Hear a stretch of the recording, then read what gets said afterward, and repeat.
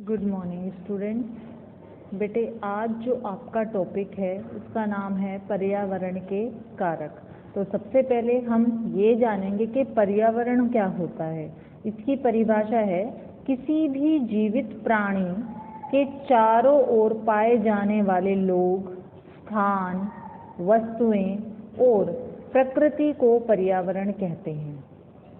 जीवित प्राणी जिनमें जान हो, जैसे हम हैं, कोई भी जानवर है, कीड़े मकोड़े, इन सब के चारों तरफ जितनी भी चीज़ें पाई जा रही हैं, चाहे वो जीवित हैं या फिर मृत हैं, ये सभी मिलकर के उसके चारों तरफ पर्यावरण का निर्माण करती हैं। इसमें प्राकृतिक, मानव निर्मित और मानव तीनों शामिल हैं।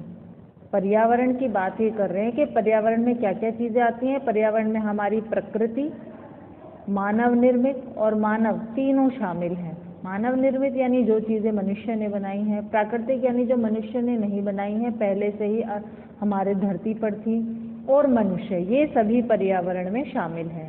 भूमि, जल, वायु, पेड़ पौधे और जीव जंतु मिलकर प्राकृतिक पर्यावरण बनाते हैं।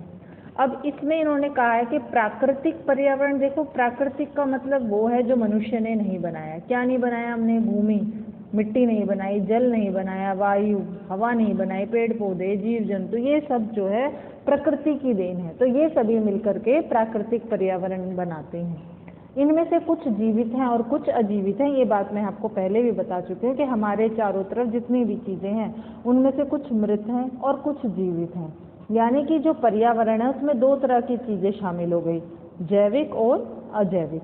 जैविक जिसमें जान हो, जीवित हो, वो जैविक कारक हो जाएगा।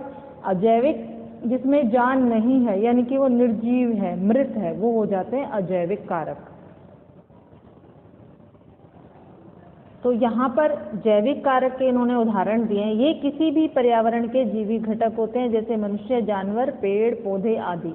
ये सभी जीवित हैं, इन सभी में जान है, इसीलिए ये मिलकर जैविक कारक का निर्माण कर रहे हैं। अजैविक कारक जिनमें जान नहीं है, किसी भी पर्यावरण के निर्जीव घटक होते हैं, जैसे मिट्टी, वायु, जल आदि, ये सब अजैविक के उदाहरण हैं। अब यहाँ पर आपसे क्वेश्चन पूछा गया है कि कुछ उदाहरण लिखिए।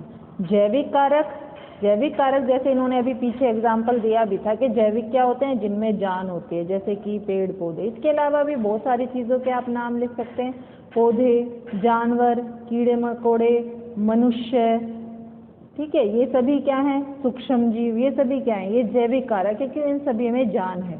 अजैविक कारक जिनमें जान नहीं है, जैसे कि भूमि है, हवा और ये खनिज हो गए, ये सभी मिलकर के आपके अजैविक कारक बनाते हैं।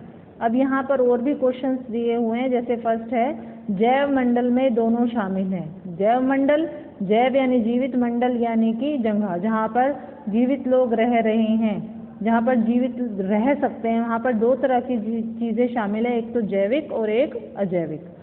अजैविक एक पारितंत्र के जीवित भाग को परिभाषित करते हैं, सही या गलत। अभी मैंने बताया था अजैविक क्या होते हैं, जिनमें जान नहीं होती।